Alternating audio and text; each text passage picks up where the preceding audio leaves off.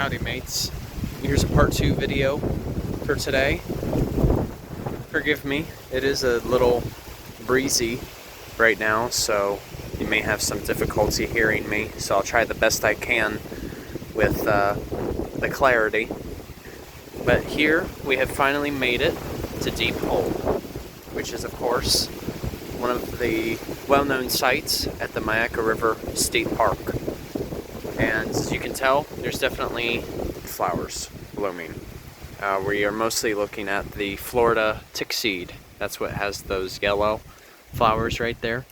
That is actually the state wildflower, as a matter of fact.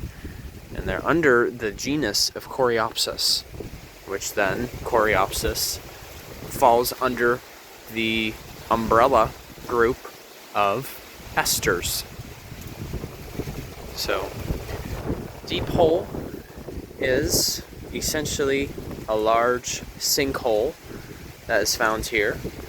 It is said that it does reach a depth of about 130 feet, give or take.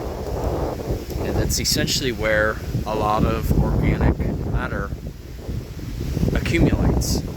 Though we can't see it, it is under this water. And it is a known site for where alligators will congregate. You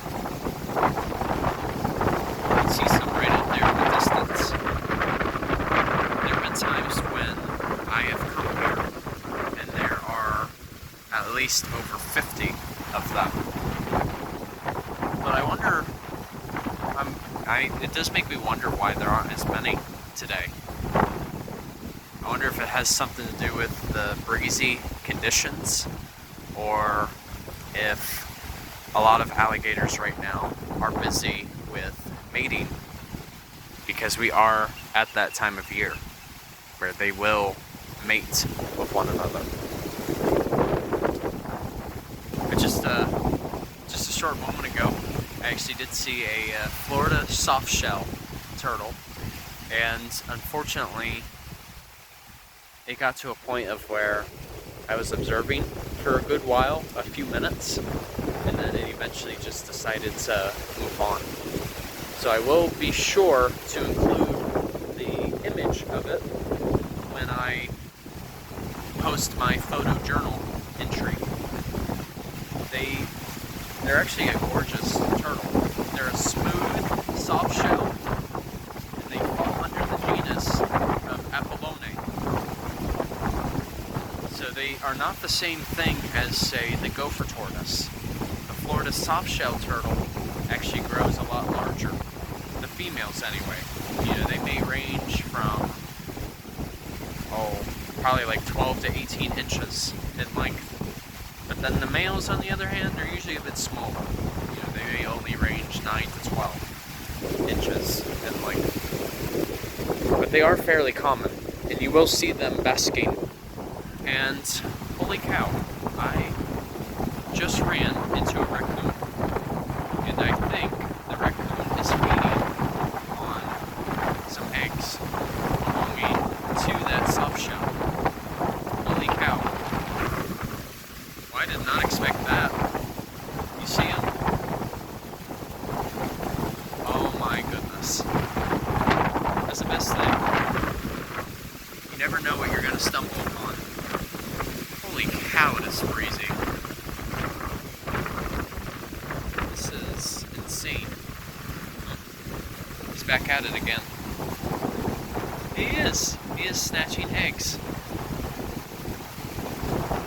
See, that's just it, mates. You are literally seeing the food chain in its activity.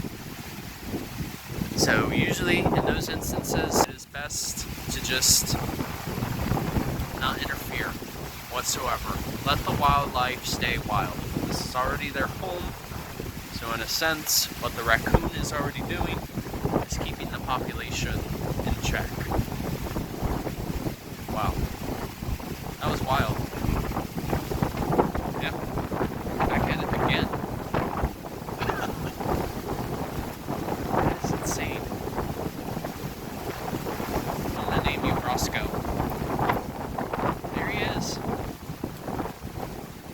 rest assured, the Procyon lotor is a native species.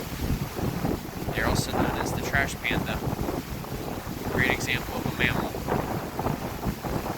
So what makes a mammal is, of course, the presence of a mammary gland, which is essentially what produces milk.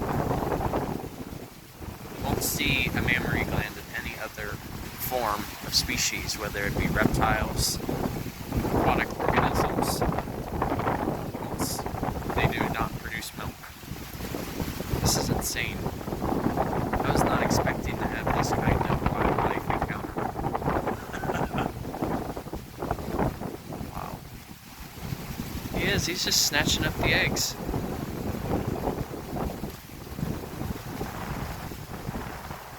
There's the alligators out there. Oh wow, we even got a tricolored heron. That's the amazing thing about nature. As I said before, you just never know what you are going to stumble upon. Nature ought to inspire our curiosity. And I think after how I felt for the past couple of days, this is a nice sense of relief.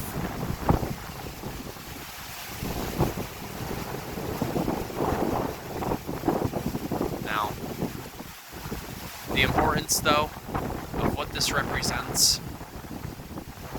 You know, deep hole, for example, you're literally seeing the Myakka River watershed in its essence. You know, the watersheds support our wildlife, but they also support us. With water usually comes life. And were it not for our watersheds, we would not have a water source. And take it for what it is, we do need water more than food. The only reason I say that is because we can only go for a week without water, whereas food, we can go for a couple of weeks. And for another, water is what makes up majority of our body, up to 70%. And fascinatingly enough, water in general constitutes up to 70% of the planet. Now, if you think that's coincidence, I wouldn't believe so. I believe that is that specific number for a reason. So if you haven't been to Deep Hole, I would highly recommend. You do need a permit to come out here. You can actually pick one up at the park office, and it's actually free, just as long as you pay the parking admission. So, alright you guys, take care. Enjoy your Sunday.